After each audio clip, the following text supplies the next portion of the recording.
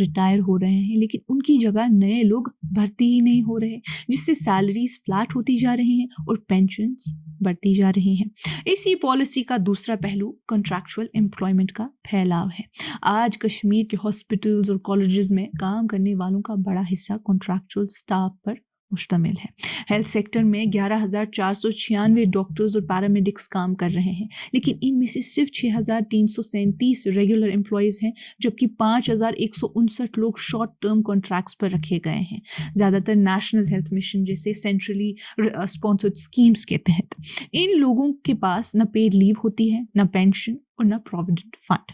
کئی جگہ یہ کنٹریکچوئل سٹاف ریگولر امپلائیز کا کام بھی سنبھالتے ہیں، لیکن بنا کسی لانگ ٹرم سیکیورٹی کے۔ ہیلتھ سروسز میں اب بھی 3,181 ریگولر پوسٹس اور 557 کنٹریکچوئل پوسٹس ویکنٹ ہیں، لیکن پھر بھی ریگولر ریکروٹمنٹ کے بجائے ٹیمپرری کنٹریکٹس کو ہی برقرار رکھا جا رہا ہے۔ ایجوکیشن سیکٹر میں بھی کچھ ایسا ہی حال ہے۔ ہر اکیڈمک سال میں تقریباً 3,000 کنٹریکچوئل ٹیچرز صرف 6 مہینے کے لیے رکھے جاتے ہیں۔ یہ لوگ پورا سال پڑھاتے ہیں، پھر کانٹریکٹ ختم ہونے پر گھر بھیج دیے جاتے ہیں اور اگلے سال دوبارہ نیا کانٹریکٹ دیا جاتا ہے۔ کئی لوگ 10 اور 15 سال سے اسی دور میں پھنسے ہوئے ہیں۔ پہلے اسکول ایجوکیشن میں رہبر تعلیم جیسے سسٹم ہوتے تھے، جہاں 5 سال بعد ریگولرائزیشنز ہوتی تھیں، لیکن اب یہ سسٹم بھی ختم ہو چکا ہے۔ ہائر ایجوکیشن اور میڈیکل کالجز میں بھی حالات بہتر نہیں۔ جموں اور کشمیر کے 9 میڈیکل کالجز میں فیکلٹی اور پیرامیڈیکل سٹاف کے 4,886 پوسٹس ابھی تک ویکنٹ ہیں۔ اس سے بھی زیادہ سنگین مسئلہ ڈیلی ویجز کا ہے۔ جموں اور کشمیر میں قریباً 1,501 ڈیلی ویجز اب بھی کام کر رہے ہیں، جو بجلی، پانی، ہاسپٹلز اور میونسپل سروسز جیسے بنیادی ضروریات کو چلاتے ہیں۔ پہلے یہ رول تھا کہ 7 سال بعد ڈیلی ویجز کو ریگولر کیا جائے گا، لیکن یہ پالیسی بھی بند کر دی گئی۔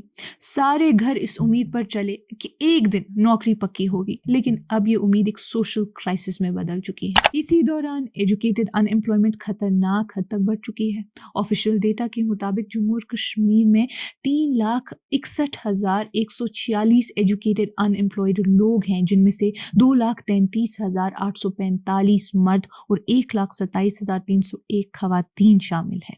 صرف کشمیر ڈویژن میں یہ تعداد 2.8 لاکھ ہے۔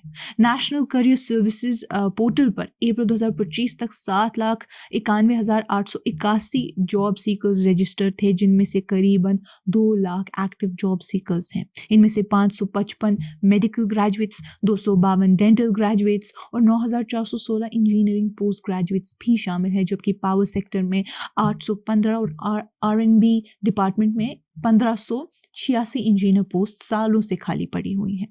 یہ مس میچ غصے، مایوسی اور ڈپینڈنس کو جنم دے رہا ہے۔ اس تمام تصویر کا ایک اور پہلو یہ ہے کہ ریکروٹمنٹ خود ایک ریونیو سورس بن چکی ہے۔ JKPSC اور JKSSB نے 2016 سے 2020 کے درمیان 77.9 کروڑ روپے صرف ایپلیکیشن فیس سے کمائے۔ اکتوبر 2024 کے بعد یہ رقم مزید 31.75 کروڑ تک پہنچ گئی۔ ہر ویکنسی پر لاکھوں لوگ اپلائی کرتے ہیں، جبکہ پوسٹ صرف چند لوگوں کے لیے ہوتی ہے۔ ایگزامز آؤٹ سورس ہو چکے ہیں اور ریکروٹمنٹ اسکیمز بھی سامنے آئے ہیں۔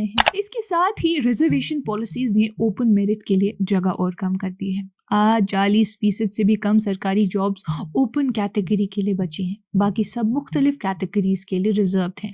عمر عبداللہ گورنمنٹ نے اس پر ریشنلائزیشن کمیٹی بنائی ہے، لیکن ابھی تک اس کی رپورٹ پبلک نہیں ہوئی۔ ٹیکنالوجی اور ڈیجیٹل گورننس نے بھی اس پروسیس کو تیز کر دیا ہے۔ فائلز آن لائن ہو چکی ہیں، سرٹیفکیٹس ڈیجیٹل ہیں اور بینکنگ مشینز کے ذریعے چل رہی ہیں۔ ناظرین، ایفیشنسی بڑھی ہے لیکن روزگار کم ہو گیا ہے۔ سرکار اب اپنے آپ کو ویلفیئر پرووائڈر کے بجائے کاسٹ سیونگ مینیجر کے طور پر دیکھ رہی ہے۔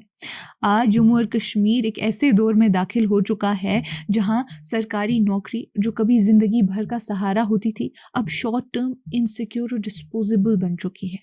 ویلفیئر اسٹیٹ دھیرے دھیرے ایک فسکل مشین میں تبدیل ہو رہی ہے۔ ناظرین، سوال یہ ہے کہ کیا ایک ایسا ریجن جہاں لاکھوں ایجوکیٹڈ نوجوان بے روزگار ہوں اپنا سب سے بڑا امپلائمنٹ سورس کم کر سکتا ہے؟ کیا یہ مشینی نظام جو کافی ایفیشینٹ اور کنٹرول میں ہے، ان نسلوں کے بنے ہوئے سماجی ڈھانچے کو اب بھی جوڑ کر رکھ سکتا ہے جو سرکاری ملازمین نے سالوں میں تیار کیا؟ یا پھر بچت کے پیچھے بھاگتے ہوئے یہ نظام وہ انسانی پہلو ہی کھو دے گا جو کبھی جموں اور کشمیر میں حکمرانی کی پہچان ہوا کرتا تھا؟ یہ وہ سوالات ہیں جو آج جموں اور کشمیر کے مستقبل پر گہرا سایہ ڈال رہے ہیں۔ ناظرین، آج اس کشمیر رپورٹ میں اتنا ہی۔ باقی مزید معلومات کے لیے بنے رہیے کشمیر لائیو کے ساتھ۔